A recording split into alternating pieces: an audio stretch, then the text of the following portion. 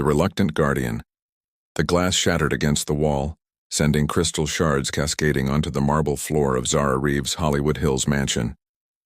Her manager, Natalie, didn't even flinch, having grown accustomed to these outbursts over the past year.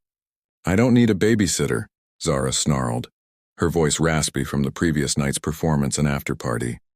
At 28, she was at the height of her music career, with 3 Grammy Awards and millions of adoring fans worldwide.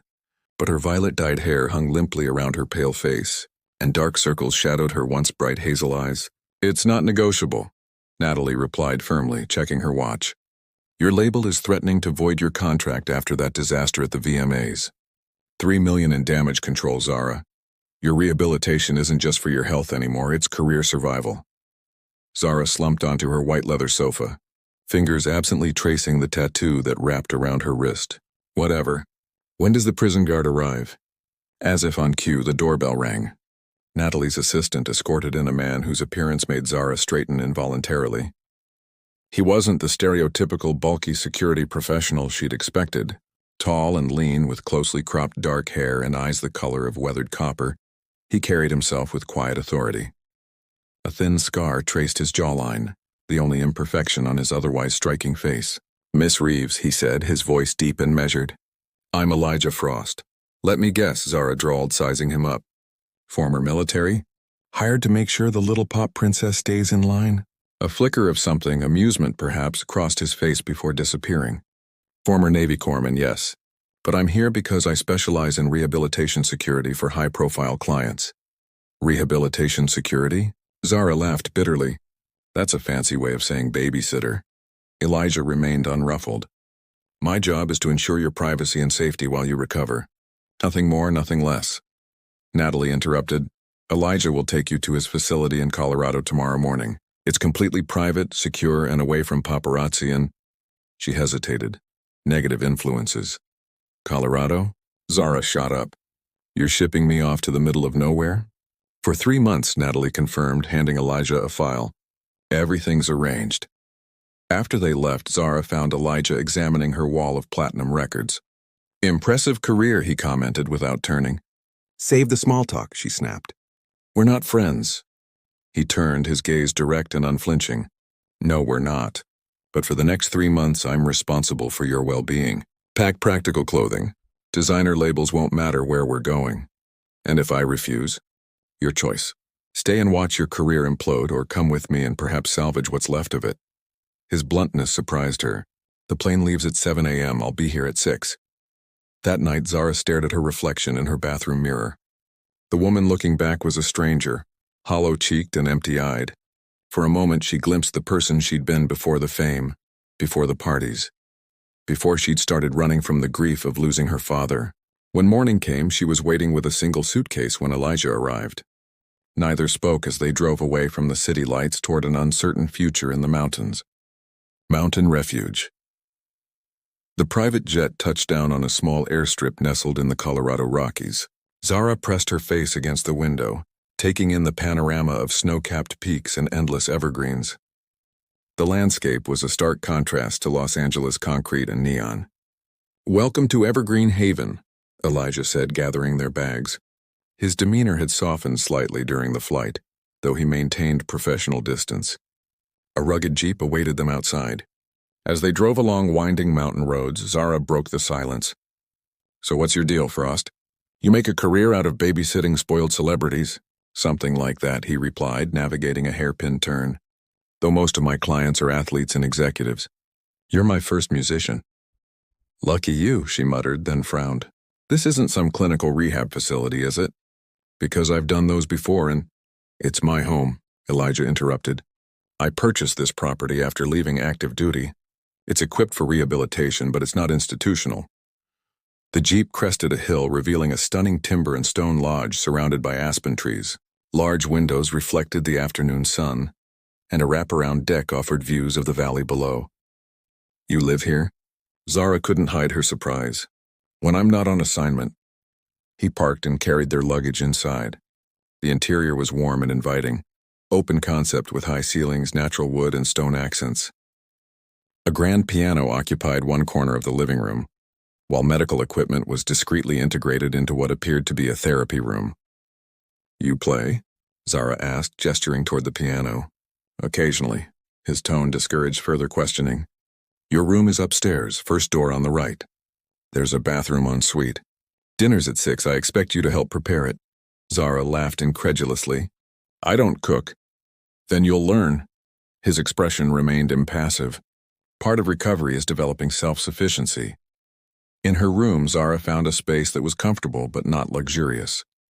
The view, however, was breathtaking, miles of wilderness and sky. She unpacked her designer clothes, already feeling how out of place they would be here. At dinner, Zara watched Elijah move confidently through the kitchen, chopping vegetables and seasoning a simple fish dish. His hands, she noticed, were strong but gentle, with long fingers that explained his piano playing. "Tomorrow we start your program," he said, placing a plate before her. "Physical conditioning in the mornings, therapy sessions midday, structured activities in the afternoons." "What qualifies you to be my therapist?" she challenged. Something shifted in his eyes. "I'm not just security, Miss Reeves. I have medical training, specialized in trauma and addiction recovery." "Is that what I am to you? A trauma case?" "You're someone who's lost her way," he said quietly.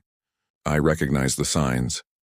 Later that night, unable to sleep in the unfamiliar silence of the mountains, Zara wandered downstairs for water.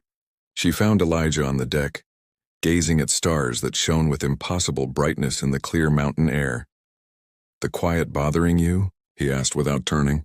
"How did you know? City people always struggle with it at first." He offered her a blanket. "It gets under your skin, though, eventually." The silence makes you listen to yourself in ways you've been avoiding. Zara wrapped the blanket around her shoulders, suddenly aware of how vulnerable she felt without her usual armor of makeup and designer clothes. In the moonlight, she noticed a tattoo peeking from Elijah's sleeve. Coordinates, perhaps. "Why did you really agree to take me on?"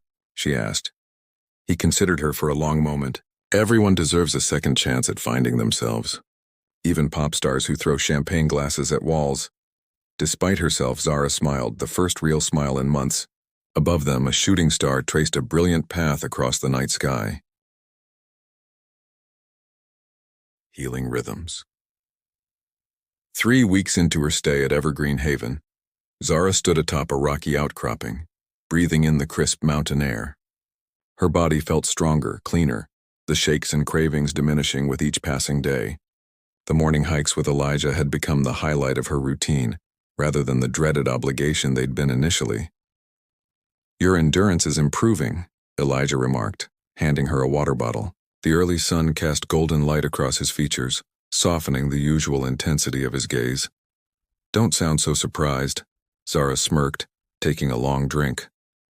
"I'm not surprised," he replied. "You're stronger than you think." Those words settled in her chest, warming her from within. No one had called her strong before, talented.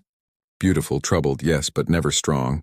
Back at the lodge, after her therapy session focused on grief processing, Zara found herself drawn to the grand piano. Her fingers hovered over the keys before playing the melody that had been forming in her mind for days, something melancholic yet hopeful. She didn't hear Elijah enter, until his voice broke her concentration. "That's beautiful. Something new?" Zara nodded, suddenly self-conscious. "Just something I've been working on. It's different from my usual stuff." "Different can be good." He hesitated, then sat beside her on the bench. "May I?" When she nodded, his fingers touched the keys, complementing her melody with harmonies that transformed the piece into something unexpectedly profound. Zara stared at him in astonishment. "You're not just occasional at this," she accused. "You're trained." A shadow crossed his face. "I was before the military. Why did you stop?" "Some dreams don't survive war," he said simply. That evening, Zara found Elijah's service record in his office. Not snooping, she told herself, just trying to understand this man who was slowly dismantling her defenses. The file revealed commendations for valor, mentions of battlefield medicine under fire, and discharge following an incident that left 3 of his unit members dead, despite his efforts to save them. At dinner, she confessed her discovery. "I saw your file. I'm sorry about your unit," his jaw tightened. "That's private." "You know everything about me, my struggles, my failures, my pain," she challenged. But you get to keep your walls up? That's hardly fair. The silence stretched between them until he finally spoke. Fair enough. What do you want to know? Under the soft kitchen lights, Elijah revealed his story. A promising pianist whose hands had saved lives instead of creating music. A healer who couldn't heal his closest friends. As he spoke, Zara reached across the table, her fingers intertwining with his. Music saved me when nothing else could, she said softly. Maybe it could do the same for you. Later that night, they sat on the deck watching stars shimmer above the mountains. The connection between them had shifted, deepened into something neither had anticipated. Play for me again sometime? Zara asked, her voice barely above a whisper. Only if you sing, he countered, his eyes reflecting starlight. The kiss happened naturally, his lips warm against hers, gentle yet certain. When they parted, Elijah cupped her face in his hands as if she were something precious. This complicates things, he murmured. Maybe I needed things complicated, Zara replied, resting her forehead against his. Maybe I needed something real. Above them, the vast canopy of stars bore witness to a healing that transcended the physical, two broken souls finding resonance in each other's harmony. Shattered serenity. The helicopter's rhythmic thumping shattered the morning quiet. Elijah was outside before Zara had fully registered the sound, his posture tense as he scanned the sky. Paparazzi, he said grimly when she joined him on the deck. Someone leaked your location. Zara's stomach knotted with dread. For 2 months, Evergreen Haven had become her sanctuary, a place where she'd rediscovered herself beyond the fame and addiction. She'd written her most honest music here, found strength in the quiet discipline of mountain life, and fallen in love with a man who saw beyond her celebrity facade. I need to make some calls, Elijah said, already dialing. Stay inside. But as Zara retreated, a notification lit up her phone, her first in weeks of digital detox. The tabloid headline made her blood freeze. Zara Reeves hidden by disgraced doctor. The truth about Elijah Frost.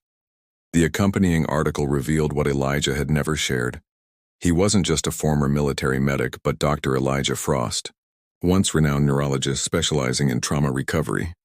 He'd left his prestigious practice after a high-profile patient died under his care, a death that sparked investigations and lawsuits.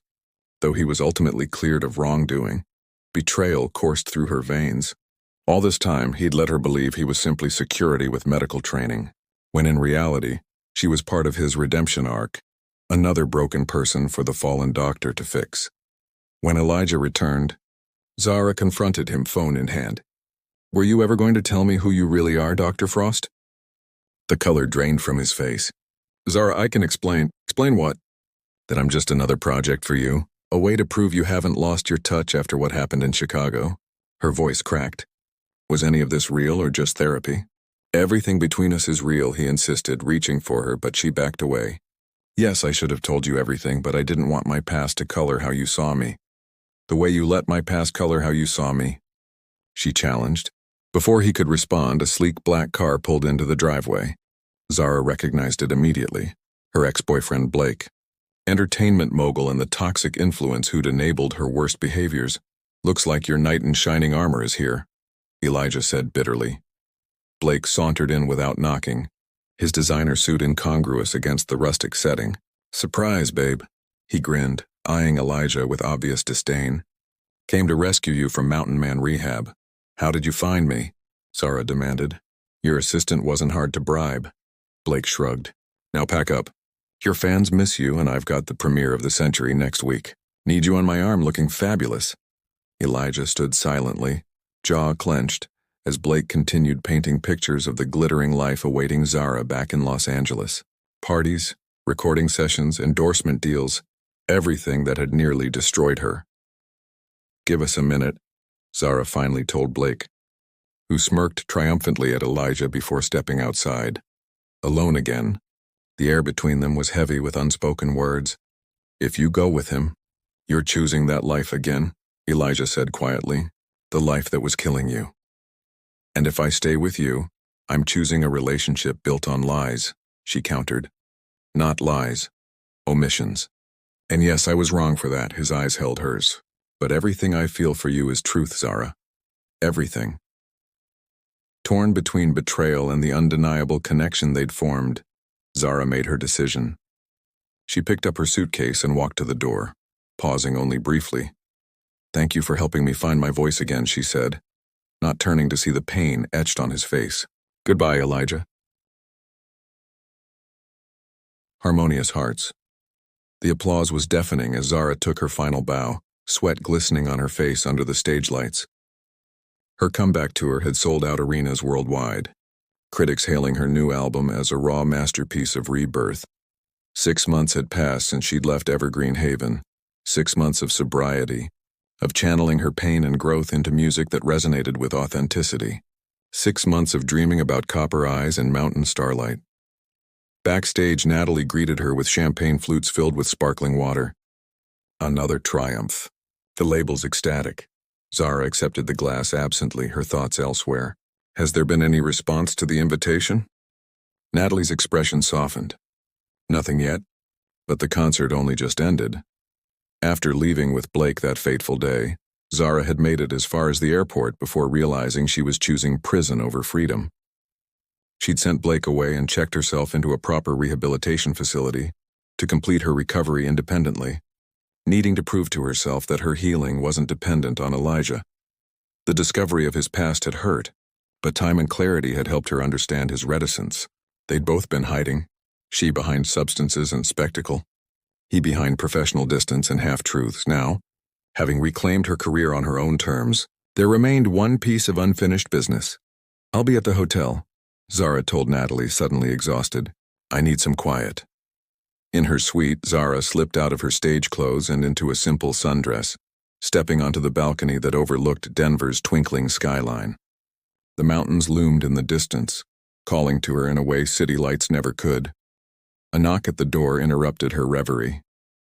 Expecting hotel staff, she opened it without checking the peephole. Elijah stood in the hallway, looking both familiar and changed. His hair was slightly longer, his frame leaner, but his eyes, those copper eyes, held the same intensity. "Your performance was incredible," he said softly. "The new songs, they're you. The real you." Zara's heart thundered in her chest. "You came." "Of course I came." He remained in the doorway, respecting boundaries still uncertain between them. "Your invitation said you wanted to talk." She gestured for him to enter. As he passed, she caught the scent of pine and mountain air, triggering memories that made her pulse quicken. "I owe you an apology," they both said simultaneously, then laughed, breaking the tension. "Ladies first," Elijah offered. Zara took a deep breath. "I was scared of how much I needed you, of how quickly you became important to me. When I found out about your past, it was easier to feel betrayed than to admit I was falling in love with you." Hope flickered across his face. "And now? Now I know who I am without substances, without hiding, without you. And that's why I can say with complete clarity that I want you in my life, not as my savior or my healer, but as my equal. My partner." Elijah crossed the room in 2 strides, taking her hands in his. "I should have told you everything from the beginning. I was afraid my past would define me in your eyes, that you'd see me as a failure rather than someone who understood your struggle." "We were both hiding from our truths," Zara acknowledged. "Not anymore." His thumbs traced circles on her palms. "I've reopened my practice in Denver, helping people recover from trauma, addiction, not hiding from my purpose anymore." "And the music?" she asked, a small smile played at his lips. "I play every day now. You reminded me that healing isn't just something we do for others." Under the soft hotel lights, they came together in a kiss that felt like coming home, like the perfect resolution to a melody too long left unfinished. His arms encircled her waist while hers wrapped around his neck, erasing the months of separation. "I love you," she whispered against his lips. "The real you, doctor, musician, mountain man, all of it." "And I love you," he responded. Pop star, fighter, survivor, every part. 3 months later, Zara stood on the deck of Evergreen Haven, watching sunset paint the mountains in hues of amber and gold. Inside, Elijah was preparing dinner, the sounds of his piano practice still lingering in the air. Her latest album had broken records, its honest lyrics about recovery and rebirth speaking to millions. But her greatest accomplishment wasn't measured in platinum records or sold-out venues. It was in the quiet strength she'd found within herself. and in the love that had blossomed from the most unexpected place. As twilight settled over the valley, Zara hummed the melody they'd composed together, their story in musical form, with all its dissonance and harmony creating something beautiful and enduring. In finding each other, they had each found their way home.